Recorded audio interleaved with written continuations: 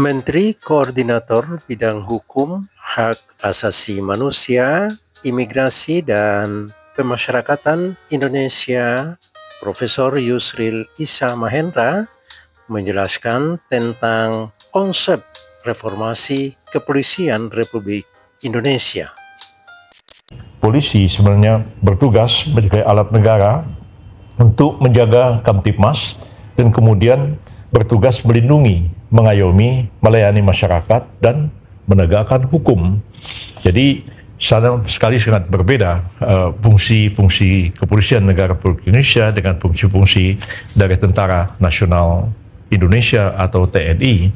Jadi keinginan yang kuat pada waktu itu adalah TNI itu adalah tentara, sedangkan polisi itu adalah sipil, bukan lagi bagian dari TNI, bukan lagi bagian dari tentara. Ini bukan saja berarti pemisahan secara struktural TNI dengan Polri, tapi juga secara institusional pertanggungjawabannya juga sudah berbeda. Yang satu adalah pertanggungjawaban kepada Presiden dalam rangka mempertahankan kedaulatan negara Republik Indonesia, menghadapi ancaman keutuhan negara kesatuan Republik Indonesia dari luar, sementara kepolisian bertugas untuk menjaga Kamtibmas, melindungi, mengayomi, melayani masyarakat dan menegakkan hukum dalam arti ke dalam, dan dia bukan lagi tentara tapi juga merupakan satu institusi sipil yang bertugas untuk melayani dan melindungi seluruh lapisan masyarakat kita. Nah, dalam Undang-Undang Nomor 2 Tahun 2002 itu akhirnya disepakati bahwa Kepolisian Negara Republik Indonesia menjadi satu institusi sendiri dengan tugas tersendiri yang diberikan pengaturannya oleh Undang-Undang Dasar 1945, dan pertanggungjawaban Kepolisian Negara Republik Indonesia dalam hal ini Kapolri adalah langsung kepada Presiden Republik Indonesia. Jadi berbeda dengan TNI yang juga sebenarnya bertanggung jawab langsung kepada Presiden, tapi TNI itu dalam hal penyediaan fasilitas, ya, aset dan lain-lain semuanya dikelola oleh Kementerian Pertahanan. Tapi kepolisian itu langsung berada di bawah Presiden Republik Indonesia.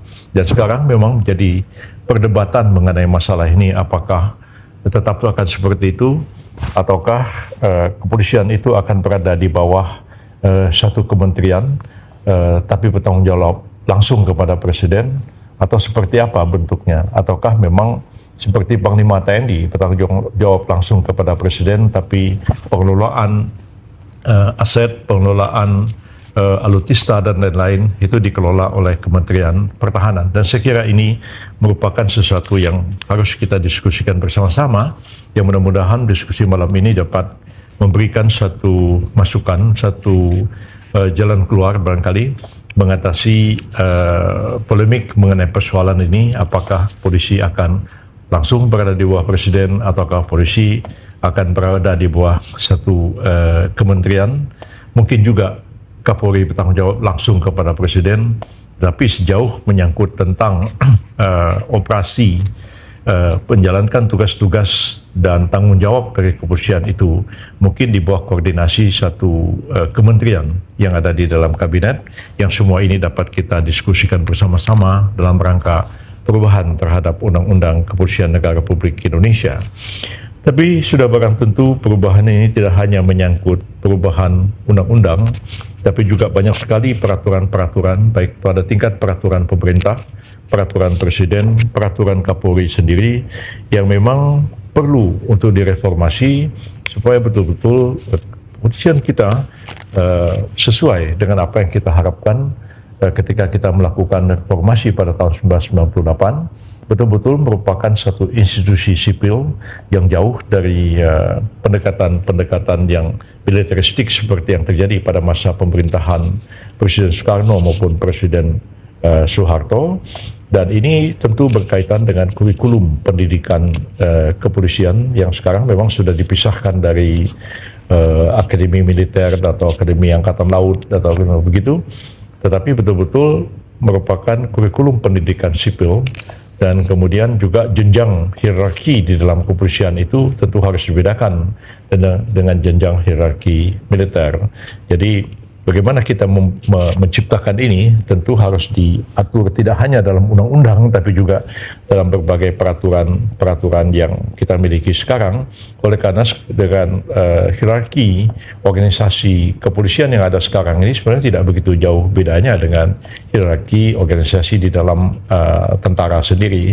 Dan selain masalah hierarki tentu juga adalah perubahan sikap mental, dan itu berawal dari kurikulum pendidikan kepolisian yang tidak lagi pendekatannya militeristik tapi pendekatannya lebih merupakan pendekatan sipil.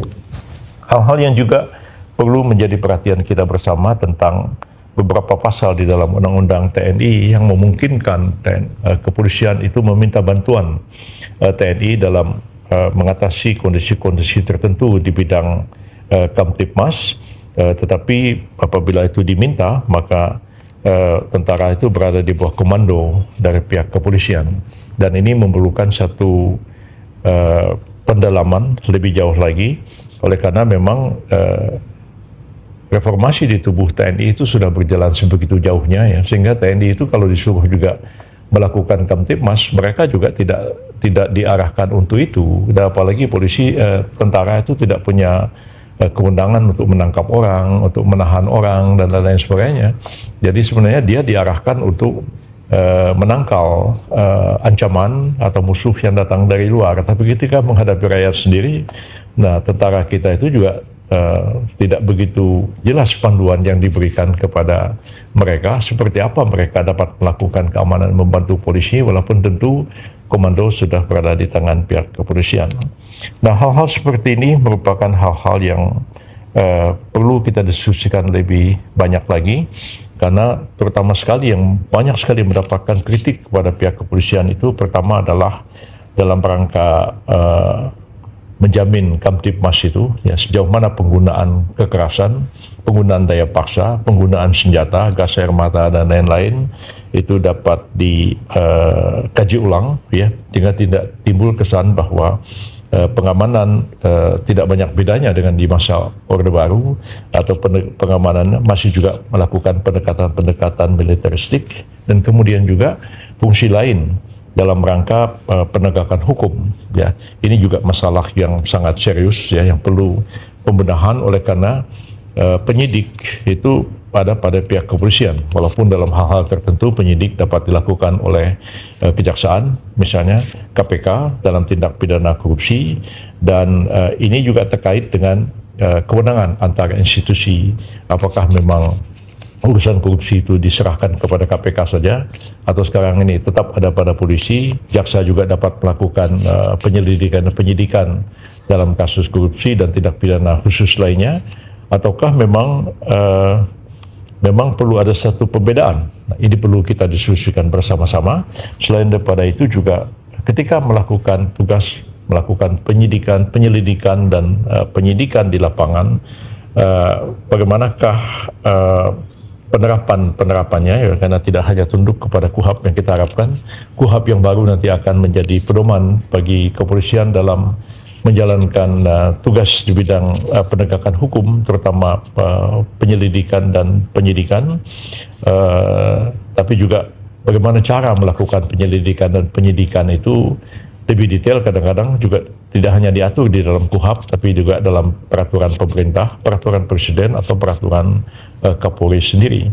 Yang kita harapkan betul-betul menjadi efektif, menjadi betul-betul mengedepankan asas praduga tidak bersalah, dan mengedepankan juga perlindungan terhadap hak-hak asasi manusia. Dan ini merupakan soal yang sangat penting ya, dan kita tahu ini terkait dengan KUHAP yang sekarang sedang dibahas di Dewan Perwakilan Rakyat, yang kita sadari betul bahwa KUHAP kita itu masih jauh daripada apa yang kita harapkan ya, dibuat pada tahun 1980, walaupun pada waktu itu KUHAP itu dianggap sebagai karya agung bangsa Indonesia ya, tapi setelah hampir 50 tahun kemudian banyak sekali hal-hal yang sudah tertinggal dalam KUHAP itu. Sementara nanti pada bulan Januari tahun 2026 kita sudah akan laksanakan kitab undang-undang hukum pidana yang baru, Nah, tentu kita tidak bisa pakai KUHP yang lama. Kita harapkan KUHP baru juga akan ditopang oleh hukum formil yang ada di dalam KUHP yang sudah direvisi, di amandemen, menyesuaikan diri dengan perubahan terhadap hukum pidana material di dalam KUHP. Nah, kita harapkan bahwa dengan perubahan-perubahan ini, tidak saja perubahan-perubahan di tingkat normatif peraturan perundang-undangannya, tapi juga perubahan pada tingkat struktur organisasi, komando, kemudian juga perilaku, etik, dan juga kurikulum pendidikan yang kita harapkan akan mengubah wajah kepolisian di waktu-waktu yang akan datang, sehingga lebih mendekati apa yang kita harapkan bersama. Kepolisian merupakan satu aparat sipil yang jauh dari sikap-sikap militeristik, karena tugas pokoknya adalah melakukan pelindungan terhadap keamanan dan ketertiban masyarakat, melindungi, mengayomi, melayani masyarakat, serta menegakkan hukum.